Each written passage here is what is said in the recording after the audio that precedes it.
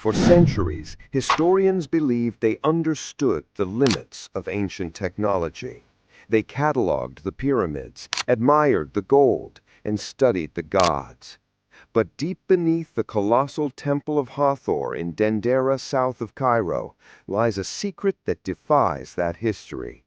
A mystery that asks a single tantalizing question.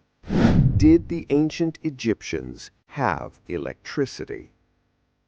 In 1857, French archaeologist Auguste Mariette uncovered a series of subterranean crypts sealed off for millennia and accessible only to the highest priests.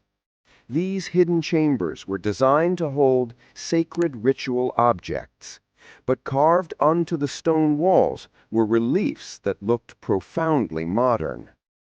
What we see is a giant, elongated, pear-shaped container, uncannily resembling a massive light bulb.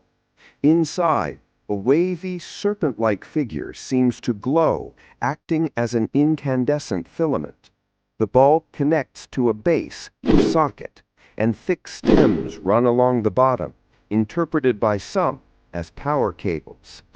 This object is called the Dendera Light. If this were truly a light bulb, it would have been colossal, at least 2.5 meters tall and potentially weighing a ton. But before we dive into the technology, we must address the timeline. This temple, while built on a sacred site dating back to the Old Kingdom, was primarily constructed and decorated during the much later Ptolemaic period, starting around 225 BCE and finished under Roman rule. So even if it was a device, it has no bearing on the great pharaohs of the Pyramid Age or the New Kingdom. The idea that this is a technological blueprint, not a myth, was popularized by authors like Erich von Däniken and later Austrians Peter Krasse and Rainer Habeck in their book The Light of the Pharaohs. They claim the reliefs are schematics for a low-pressure gas discharge lamp, a device similar to a Crookes or Geissler tube. The serpent, not a god, but the visible plasma discharge or electrical filament glowing under voltage. The lotus flower, the socket or base connecting the lamp to a power source. The jed pillar, this familiar Egyptian symbol of stability, is reinterpreted as a high-voltage electrical insulator or even a component similar to a Tesla coil or radio frequency impedance. Its position is said to match the anode of an early Crookes tube. Some researchers push this technological analogy even further, suggesting the device wasn't just for light, but potentially related to high-frequency medical equipment. They point to the Uden coil, an early 20th century device used to apply high voltage to the body via a glowing vacuum tube electrode, which bore remarkable structural similarity to the depictions. But where would the power come from?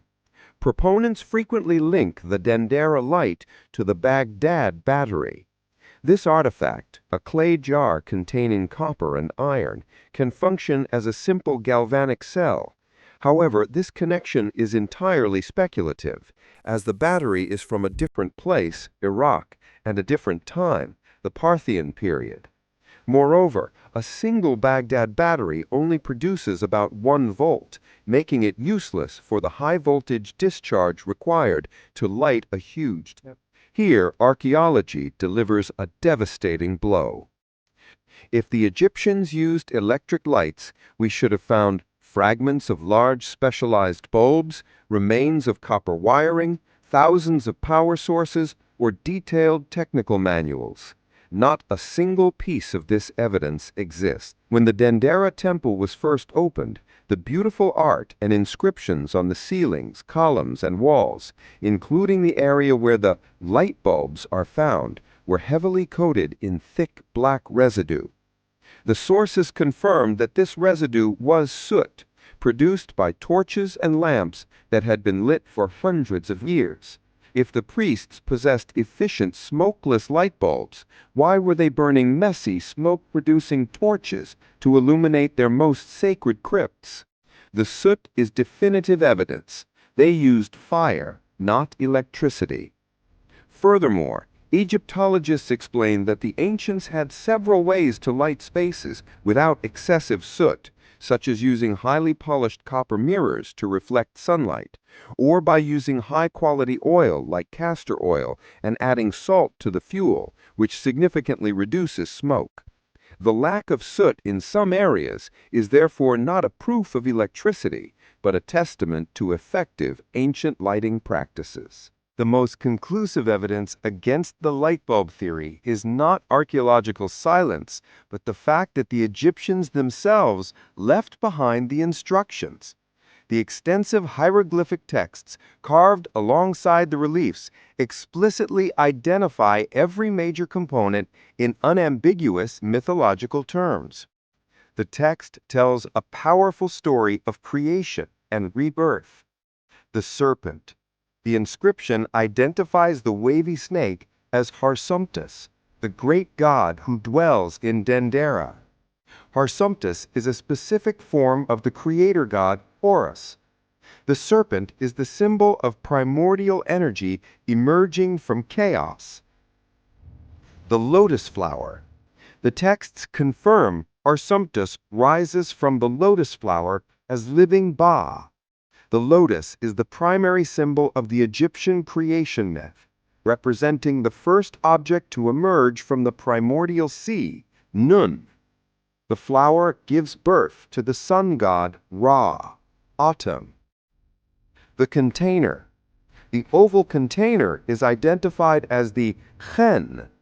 Egyptologists interpret this as representing the womb of the sky goddess Nut, or a protective generative field surrounding the nascent creator god.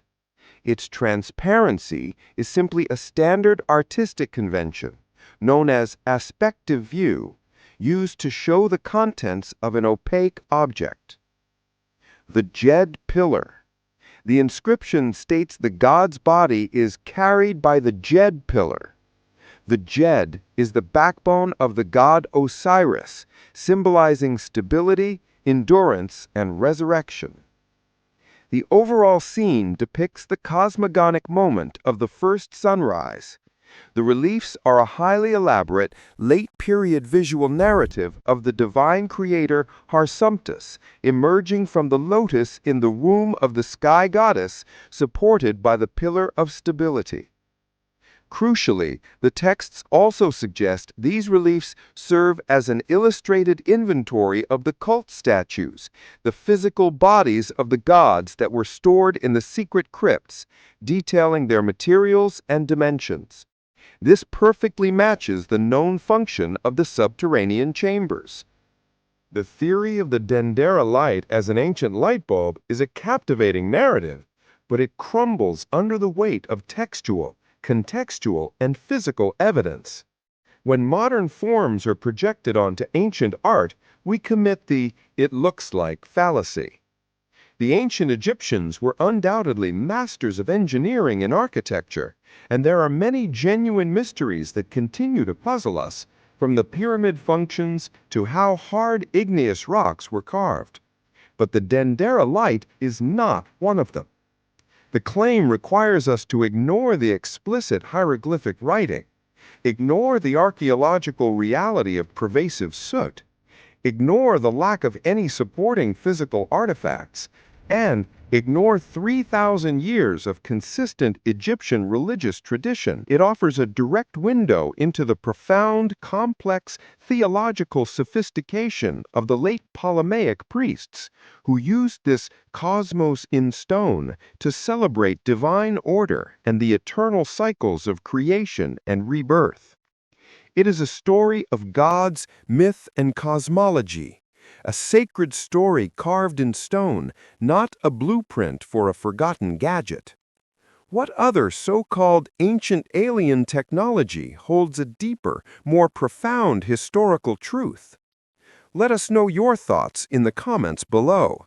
and subscribe to Beyond Moan History for more deep dives into the hidden corners of the past.